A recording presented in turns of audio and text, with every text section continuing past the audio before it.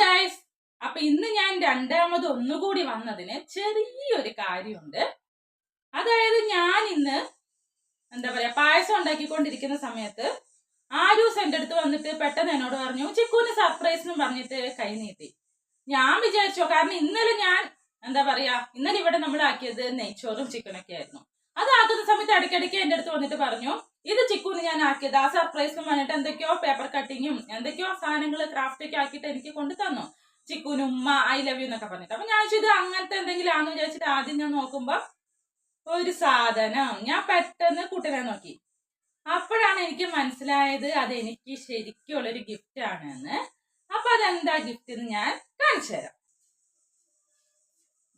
ഇതാണ് ആ ഗിഫ്റ്റ്. അപ്പൊ നമുക്കൊന്ന് അൺബോക്സ് ചെയ്ത് നോക്കിയാലോ.